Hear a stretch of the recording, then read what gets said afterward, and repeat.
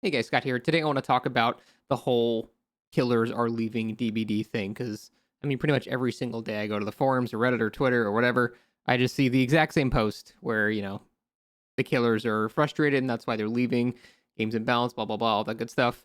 So I wanted to dive into are killers actually leaving? Because on the same side, whenever there's a really like a bad change that affects in, kind of the other direction, or like, for example, when Skull Merchant in general comes out, I see the exact same post from survivors.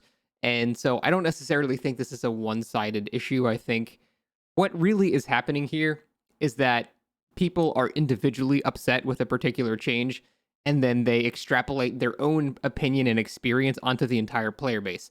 If I am burnt out on DBD, it's because everybody's burnt out on DBD. If, I'm leaving the game as a killer, it's because everybody's leaving the game as a killer. And that tends to be human nature. People want to have other people sharing with their experiences. So it makes a lot of sense. But there is definitely indications that there is a disproportionately high amount of survivor players compared to killer.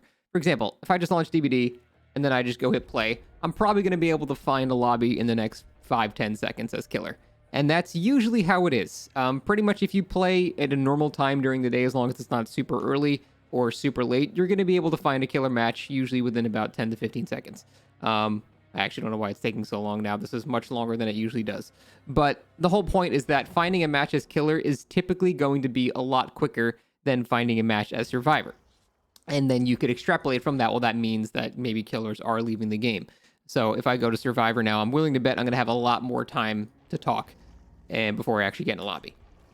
And so you could definitely assume from that, well, then that means that, yeah, there's not enough killer players. But the thing is, it may be true that there are not enough killer players and there are too many survivor players, but at least in recent memory, in the past couple of years, I haven't noticed anything but this.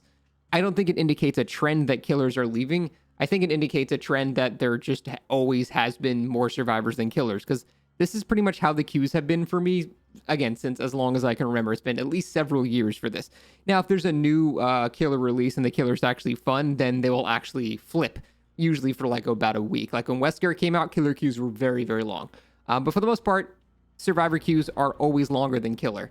But even then, they're not that much different. It took maybe 30 seconds to get a survivor queue here, and for killer, it was 15 seconds.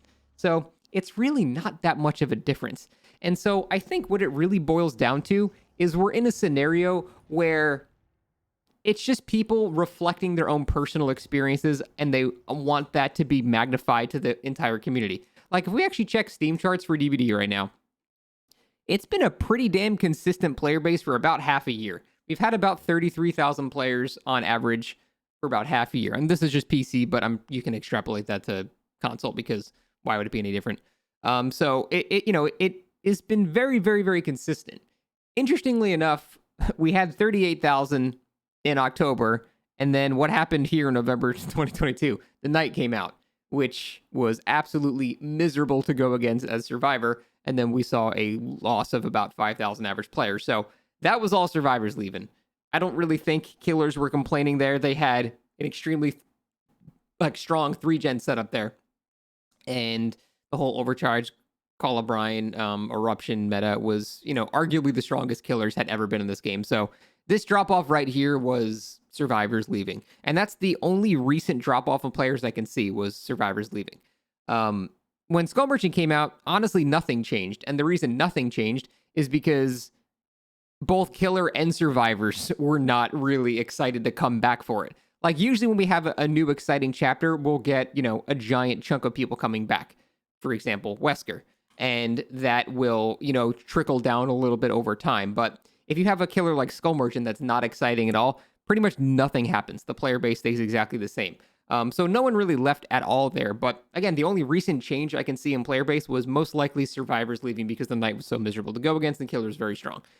So pretty much there's no actual proof that any particular role is leaving. To me, anecdotally, it's been the exact same experience for years, the exact same ratio of queue time to, actually, whatever role you're playing the game. And so, yeah, I haven't really noticed much of a difference at all. I think what it really is just people are frustrated with whatever aspect of the game that they're frustrated with, and they want everyone else to experience that situation alone, not realizing that they're most likely the vocal minority, and most people are just playing the game hour a day, just casual players. They don't really care. They're having a good time or bad time, whatever, and they're just not really paying attention to any of these discussions.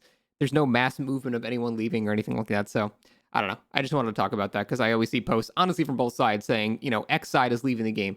Nothing's happening. The player base has been the exact same for half a year. No one's leaving. It's the exact same.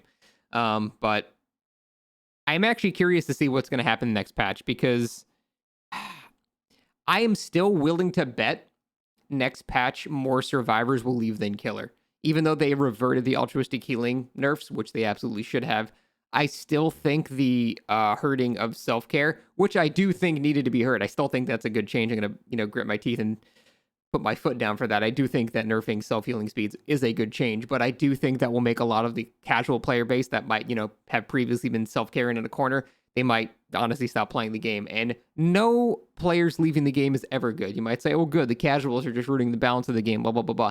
No player leaving the game is ever good for the health of a game, ever. Doesn't matter if they're absolute top-tier competitive player or it's their first game. You don't want people leaving your game. It's never a good thing. You should never celebrate that.